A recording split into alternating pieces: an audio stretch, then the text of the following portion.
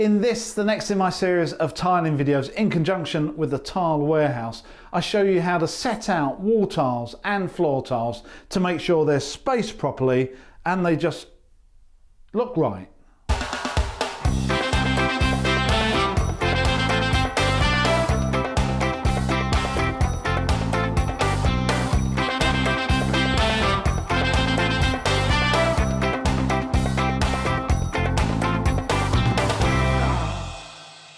In this video, we're going to look at how to set out floor tiles. So we've got the tiles and all the tools we need. We're ready to start, but before we just jump in and start fixing them, we need to think a little bit about the layout, the pattern of the tiles, and also the setting out. And all that means is where we start the tiling, left and right, and front and back, because that's going to dictate where the joints end up, and more importantly, it's going to dictate where the cuts end up. At this stage, we would highly recommend dry laying at least some of your floor tiles to double check what the pattern you're thinking of laying actually looks like in the room. So I'm starting here by just laying out the tiles on the floor with the right size spacer between them. I would always suggest wearing gloves for this because sometimes the edges can be a bit sharp. And the bigger tiles especially can be heavier than you think, so using rubberized non-slip gloves can help you grip them easier. Here I've decided to see what a herringbone pattern looks like, but then I try a linear brick pattern lengthways, which makes the bathroom look longer and thinner. So I turn everything 90 degrees to see what that looks like, and then stagger every other course to make a brick bond pattern. So I think I'm settled on this brick bond pattern with the main joints going across the room rather than along the room, just to make it feel a little bit wider. And a little tip from me, at this point, it's a really good idea to invite in anyone with a vested interest like husbands, wives and partners, just to comment on this sort of pattern rather than leaving it until you're halfway through laying it. It's just a little bit too late by then.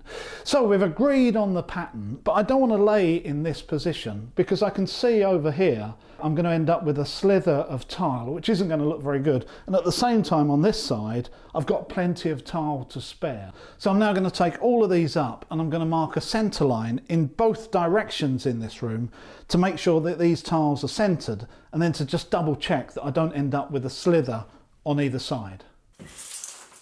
To mark a centre line of your room, just measure the width of your room at one end, halve the measurement and mark it on the floor. It's then important to do the same at the other end because rooms' widths are not always the same at each end.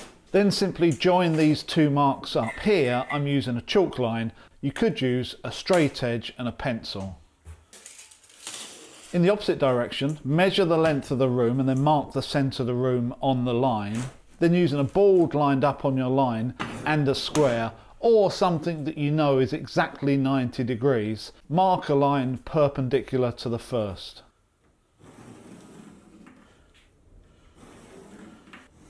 This will give you a good reference line in each direction to work from and the centre of the room. With a bit more dry laying from these lines, this will show you if you need to adjust your starting point, say by half a tile, to avoid ending up with any small cuts right next to the walls. So just like floor tiles, before we just jump right in and start sticking these on the wall, it's worth investing a little bit of time thinking about the layout, that's the pattern of how they all fit together, and the setting out. And all that means is where we start them, left and right, which will dictate where this joint is and how it interacts with things like doors and corners, and up and down, which will fix that horizontal joint and how it interacts with the floor or the ceiling, or maybe under a windowsill. Before we decide on the setting out though, we do need to fix the tile layout. You see, unless we know the tile layout, we don't know where the joints are going to lie. So I'm just laying out different patterns here on a board on my workbench. You can do it on the floor if you want. I just find it easier doing it here standing up.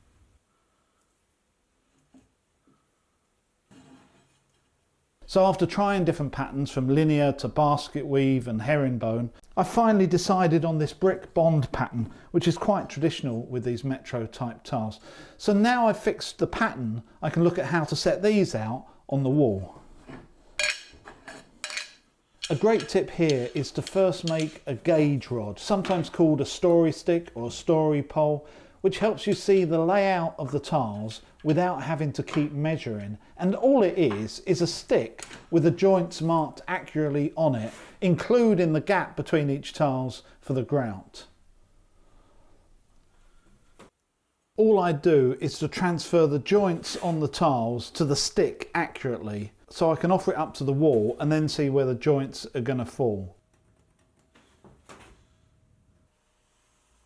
So what I've marked on this gauge rod is each tile accurately, and because I know that I'm going to do a brick bond pattern, I've also marked on the alternating courses. So now I can see exactly where each joint is going to lie on every single course. And because my tiles are 200mm by 100mm, I can also use this vertically to mark out the horizontal courses and exactly where they're going to end up. Next, I'm going to mark the centre of the wall and the centre of any important features such as this window, so I can offer up the rod to see where the tile joints are going to end up. I'm doing this for two reasons. Firstly, so I don't end up with small slithers of tile in the corner. And secondly, for a feature like this window, I think it's going to look better if the tiles are centred on it so it all looks symmetrical. You also need to do the same for the vertical layout of your tiles as well. And remember, don't assume your floor is dead level. Quite often floors are not level and they can rise and fall in different areas. So avoid the temptation to simply start your wall tiles sitting on the floor. Because you may find you end up with wavy rows, which is never a good look. To overcome this, start your wall tiling with the second row from the bottom sitting on a batten that's screwed to the wall that you know is straight and level. Once these are fixed and cured, then take the batten away and pop in the bottom row. So I hope that helps give you some tips on how to set out wall tiles and get yourself going. Enjoy your project, and I will see you in the next video.